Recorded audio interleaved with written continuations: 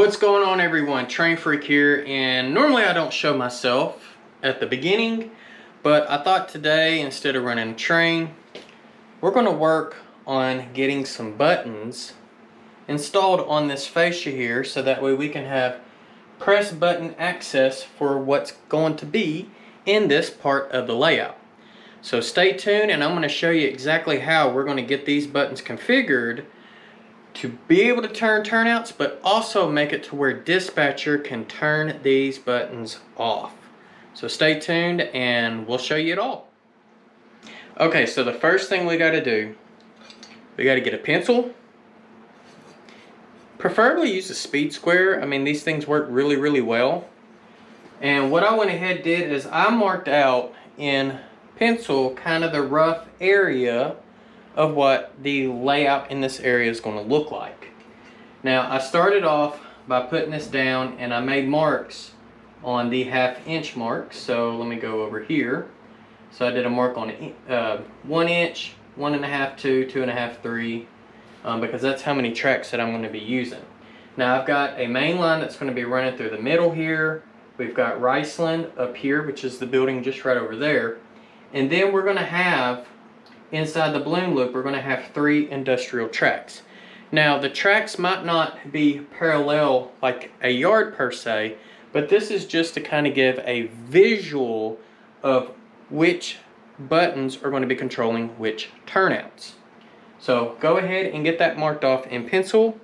And then the next thing that we're going to do is we're going to take our drill, and this is a 5/16 drill bit. Now these buttons here requires for a 5/16. They snap in, and these are buttons that you can purchase through Train Freak Hobbies. There are our circuits. So, and of course there's other hobby shops out there that you can purchase these buttons too, but my company does sell these buttons from our circuits. So the next thing I'm going to do is I'm going to get my drill bit, and what I'm going to end up doing is I'm going to drill a hole everywhere that I've got 2 tracks meeting, because that's where the buttons need to go. Alright?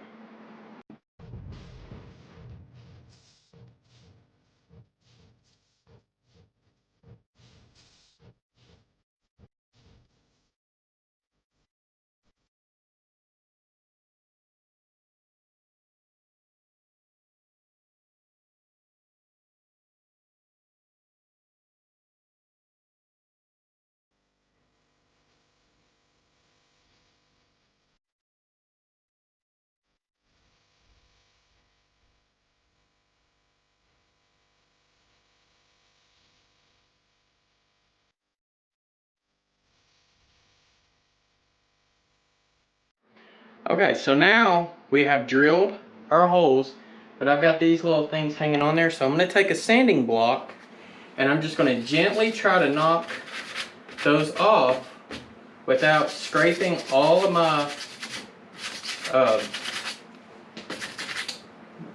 my pencil marks and the paint of the fascia.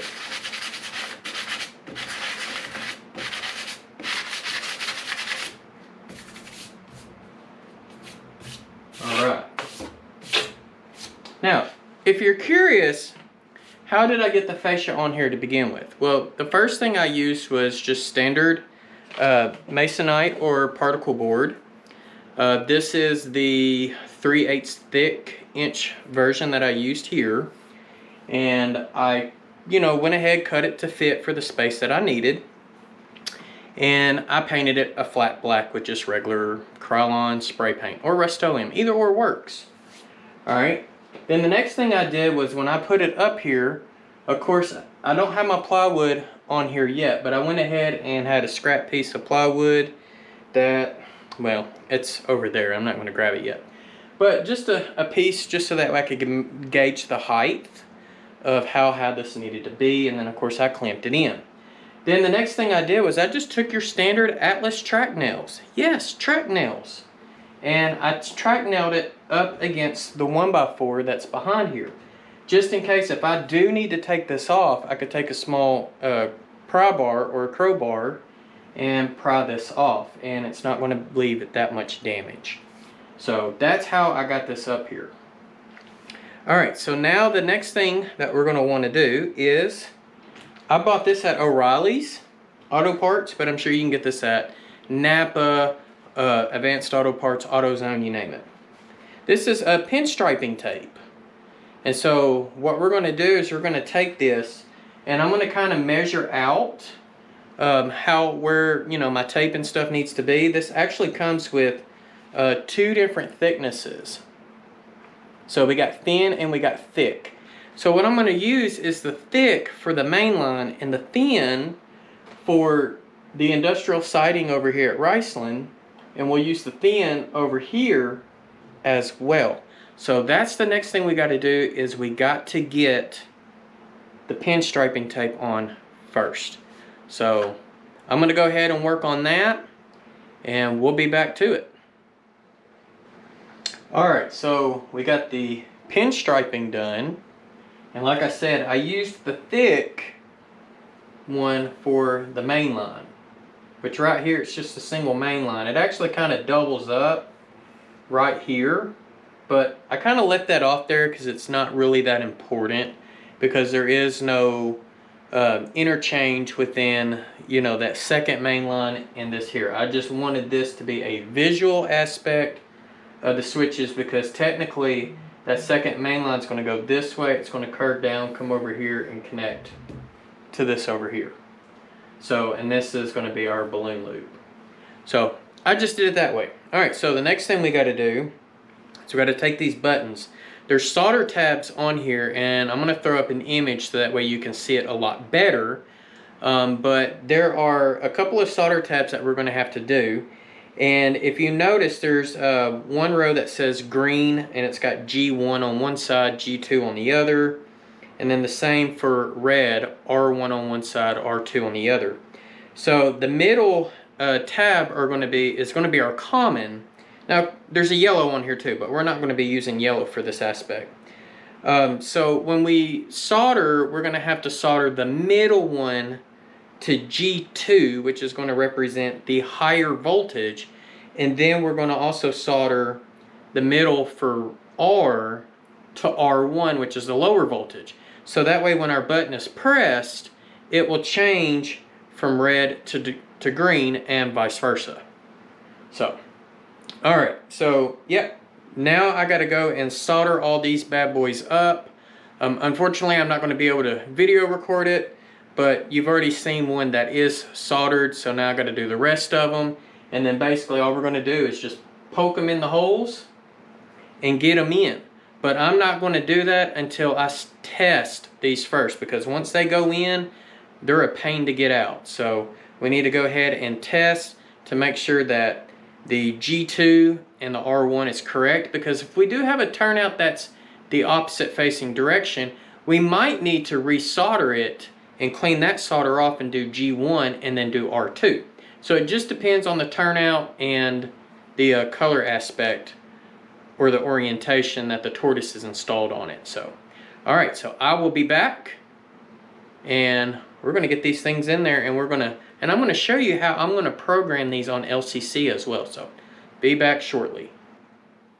Okay, now we're at the desk, and this is where we're going to open up our JMRI Panel Pro, and I've already done that.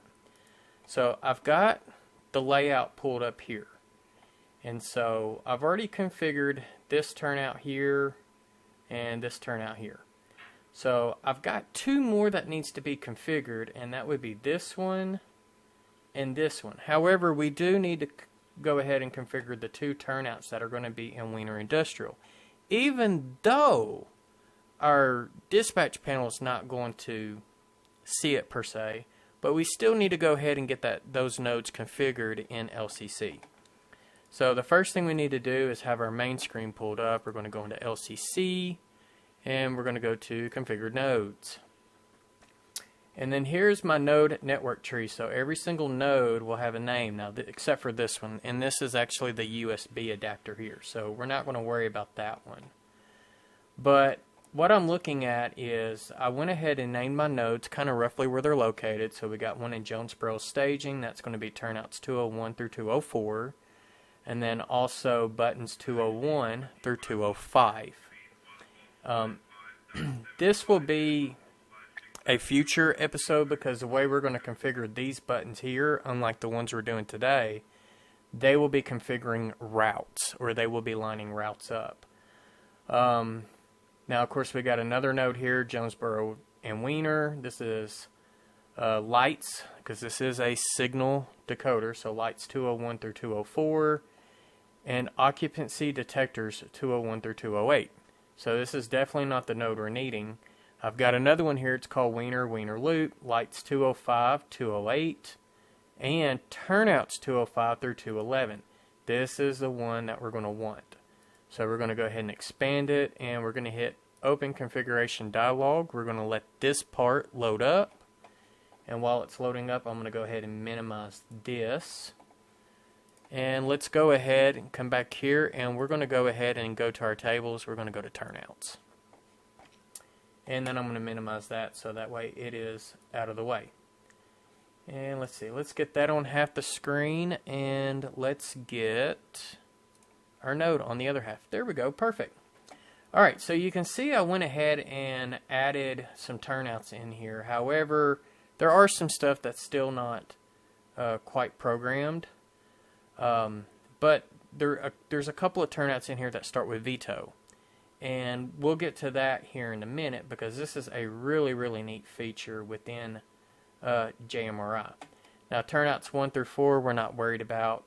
5, 6, 7, 8, 9, 10, 11 we're not doing today. That's actually going to be on another part of the layout. So mainly 5 through 10 is what we are concerned about. 5, 6, 9, and 10 are all on the main line, so that's why they're already in here, but we've only added vetoes for 205 and 209. So I haven't quite made the changes on 6 and 10 yet.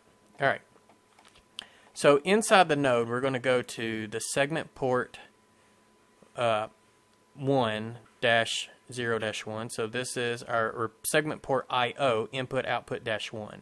If you have a tower LCC instead of the signal LCC, you'll have a segment port IO-1 and a segment port IO-2. But since this one is a signal LCC, we're only going to have the IO-1. And I've went ahead and went in and named all of my turnouts. Now, of course, there's an 8th one here that I'm not going to be using. So that would be nice if I do decide to add another later down the road. I've got an expansion for one more turnout on this card. Alright, so, like I said, number 5's done, so we need to go ahead and set up number 6. So I've got part of it set up, which is our output function is going to be steady. Receiving the configure command low, input function, we're going to do alternating because we have buttons here, and then the configuration indication is going to be low. If you're hearing any background noise, I have the layout on, and so some of my locomotives like to make racket from time to time. Alright, if you do not see it like this when you are opening your nodes, you probably need to go update your firmware. I'm not going to do a video on that. I'm actually going to tag, there's another channel out there called the LCC channel. Go check him out. He's actually kind of helped me get some stuff set up, but this right here he hasn't done yet, and I'm curious to see if he does go along this route or not. And plus, he's also been using different I/O cards than what I'm using. I'm using an SMD8 from RR Circuits. Okay, so continuing, we're going to want to come down here to these events, right? So event 1, we're going to have off, line inactive. Event 2 is going to be on. You can have it vice versa. It doesn't really matter. One needs to be on, one needs to be off. Alright? I like to use off for the first one, on for active. Event 3, we are going to make the change to gated on. And let's go ahead and write that. Event 4, gated off, we're going to write that one in there as well. So we're going to make sure all of these are written, and they are.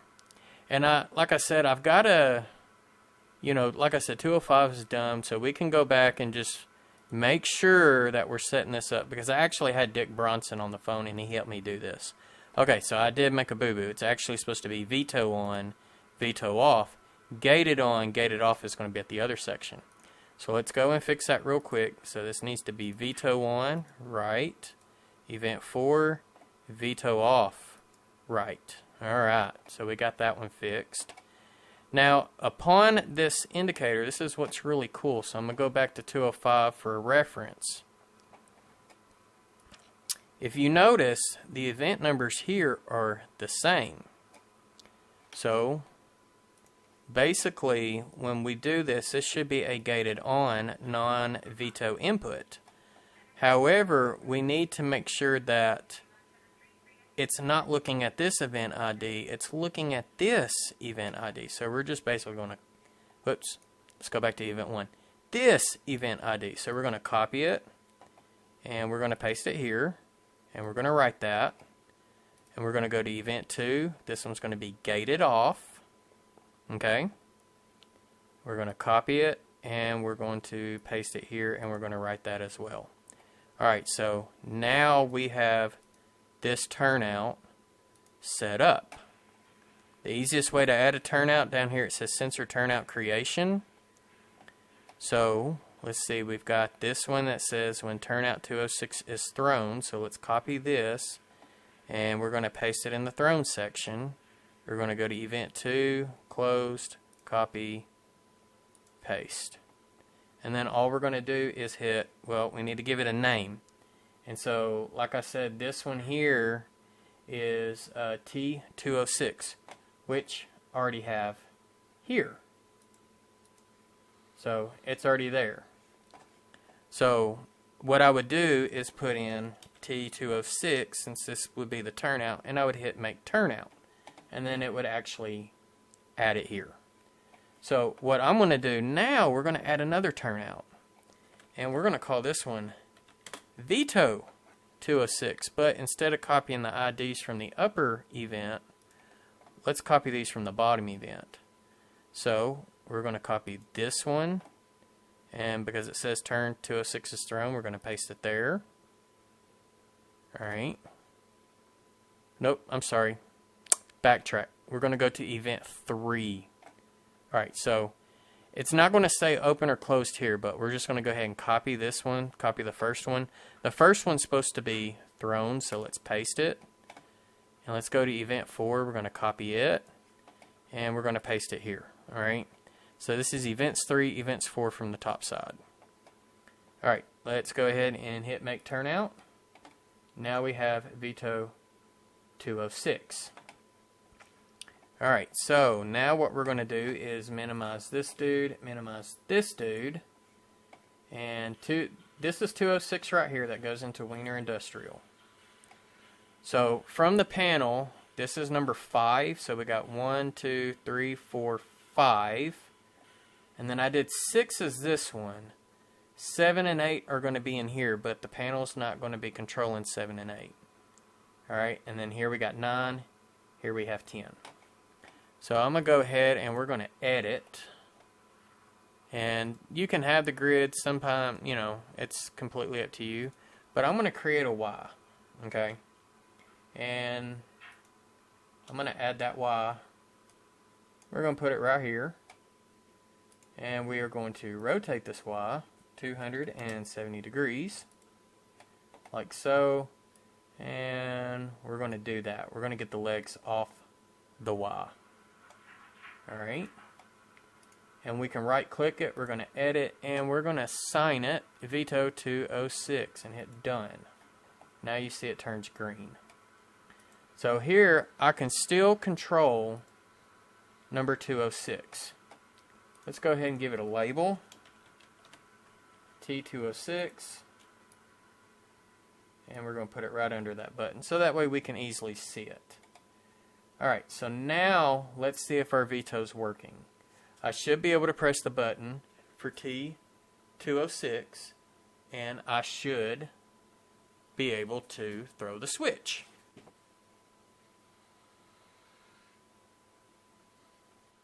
Okay, so yes, I can throw the switch. Now I'm going to turn this off, or turn it to red, meaning that veto is on. So I like to think of it as green go, red stop. Stop, they're not going to be able to touch the buttons, right?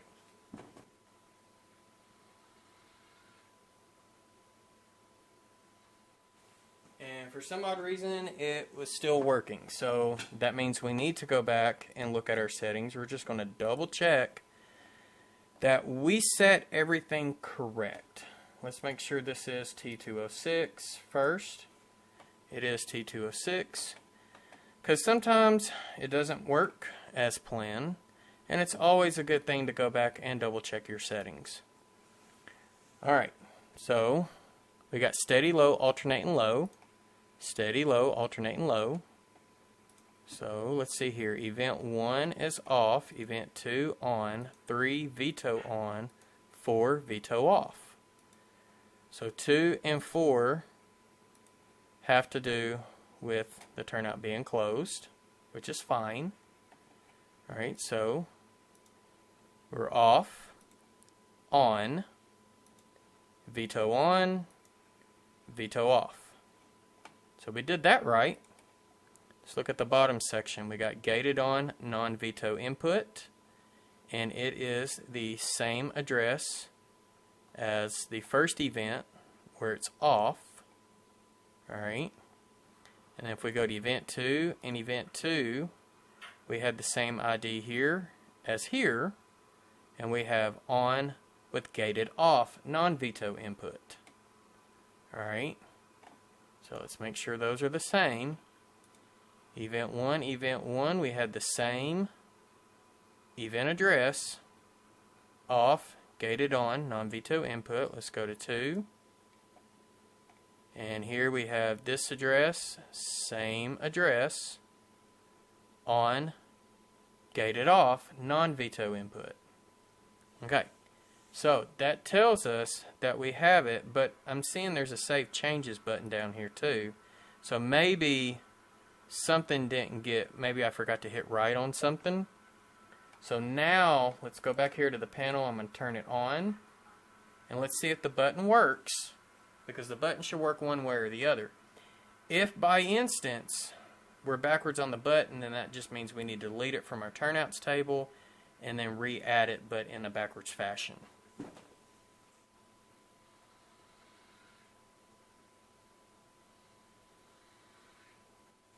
Okay, so the button is working. So now I theoretically turned it off, and let's see if the button still works.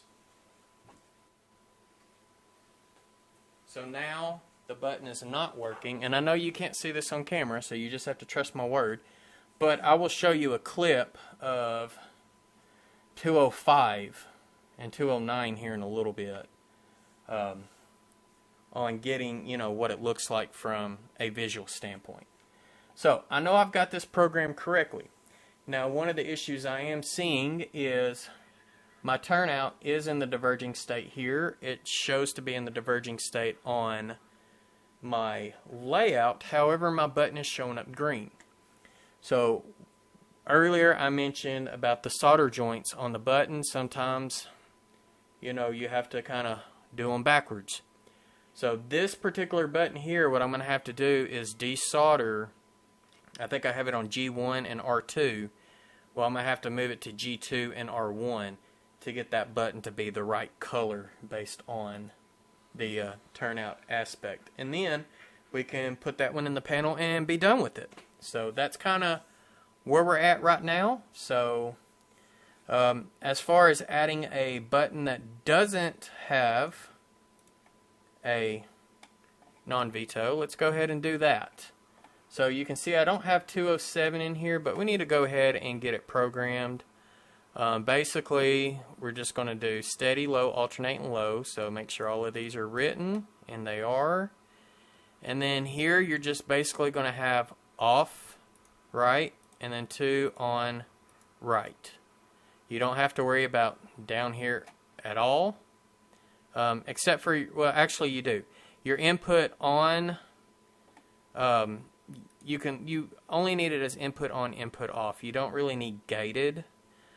You can do gated if you wanted to, just to kind of make things similar. But let's see here. So, but what we do need to do is copy our event. So let's copy this one, and let's see, we're going to paste it here. We're going to write it. We're going to take this event, we're going to copy it, and we're going to come to event 2, we're going to paste it, and we're going to write it. So now we have those two events there, and if I go and press the button, then it should change colors. However, this part of the layout has yet to be built, and I do not have a turnout assigned. But what we could do, just for fun, we could add this turnout to JMRI for the dispatch panel for easily testing purposes, and then we can just always delete it. So let's go back to event 1. Let's copy. This is going to be in the, let's see here, should be the thrown state. So let's copy, paste it for thrown. Let's go to event 2. We're going to copy and paste this for closed. And we're going to call this T207, and we're going to make a turnout. Alright, so now my turnout's in there.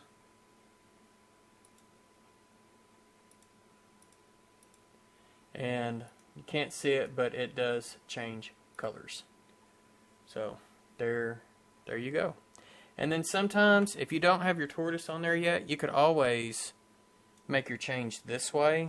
Let's say if it is lined up the complete opposite on the layout, you can go back in here, delete the turnout, reverse your numbers, and make it again. Now it matches up with my button. So, but of course maybe my button needs to be changed too. So who knows? So there's a couple of things that you can do with that. So. Alright, this is pretty much kind of how you set up the tortoises in, you know, the LCC system. I mean, it's fairly easy. And then adding it to JMRI. So, like I said, I'm going to leave that on there. I'm not going to be adding it to the panel. There's no need for it. I'm going to take that off of edit mode. And, you know, the next, I still got to add the turnout here and that one as well. And let's see here, what I'm gonna go ahead and do for the time being, since that's so close, we're going to move that right there so it's kind of out of the way. So, or we'll put it right there. That's perfect. Alright, so next up I'll go ahead and show you what the Veto looks like on camera. Alright, so I got a couple of buttons in. You can see that they're lit right there. But this is what I was wanting to show you, like how cool is this? So pay attention to the signal right there. So you can see that that turnout just to the left of that signal is lined straight. So that's when we have a green over red. Look here. We can take it. Press the button. Now our button turned red. And looky there. Now we have a red over yellow. We have a diverging approach. And of course you can see the turnout moved. Alright. So let me show you this little piece too. Now this one here is actually controlling that turnout there. So if I press it, you can see where it moved. But I don't have signals protecting it because that's going to be a interlock. So, alright, but let me show you the cool thing about wiring these up to Veto and why we wired them up to Veto. So we're going to step over here to the computer, and I'm going to make this nice for you. I'm going to zoom in. This is my panel. So let's zoom in a little bit. Okay, so this is the turnout that we're going to be looking at. Remember, we got a red over yellow, so that signal is facing this direction. So I have, if I can find my mouse, here we go, this T205. So, well, before I do that, let me show you dispatch can also change it. Now let's go back over there and look at it. You can see my button is green. And you can see the signal and the turnout have been changed back. Alright, so you can see where dispatch can also change the aspect. Alright, this down here, this is the veto option. So if I got a dispatcher here, we're going to turn these red. We'll go ahead and turn them both red, because these are the first two that I went ahead and programmed. Alright, going back, check this out. Button does nothing. Button does nothing. Now if you noticed back over there, these three lines were not on the dispatch panel. That's because dispatch only cares about this button here. It won't care about these two. So when I get these two in, these two will not have veto. This one will, that one, and that one. So I just wanted to show you that little neat little tidbit. And yes, dispatch can change that signal. So, alright, I'm going to go ahead and get the rest of these signals soldered, installed, and get them programmed, and we'll show you what happens. Well, what do y'all think? I don't think the LED buttons with the pinstriping did too bad to kind of represent this area of the layout. You know, so like I said, when the veto's off, if we don't have a dispatcher during an op session, then anybody can control what happens on the main line. However, and of course these two down here will always be adjustable by any of the operators. Dispatch will not have control of them. However, if we do go back and change on the veto, then these four will not be in operation, just like you saw earlier. Other than that, y'all, that's all I've got as far as this layout update goes. It's probably going to be a couple of weeks before I get to do another one. Me and my son, we're going to scout camp this week. By the time you're actually watching this video, we'll be in the check-in process. So it's going to be a little bit before I do the next update. I'm hoping to kind of continue the fascia around a little bit more. It's just going to be kind of an easier project to do because I'm going to wire in another button by itself over there where the double crossover's at. So that way we can have a button to control it. And we'll veto it too. So the dispatcher will have control of that double crossover. So literally any turnout that is on the main line, if it touches the main line, dispatcher has full control of. So alright, well, other than that, y'all be safe out there. I wish y'all a great week to come and another great weekend after, and y'all should be seeing me in about a week or two. So other than that, y'all be safe out there and happy railroading.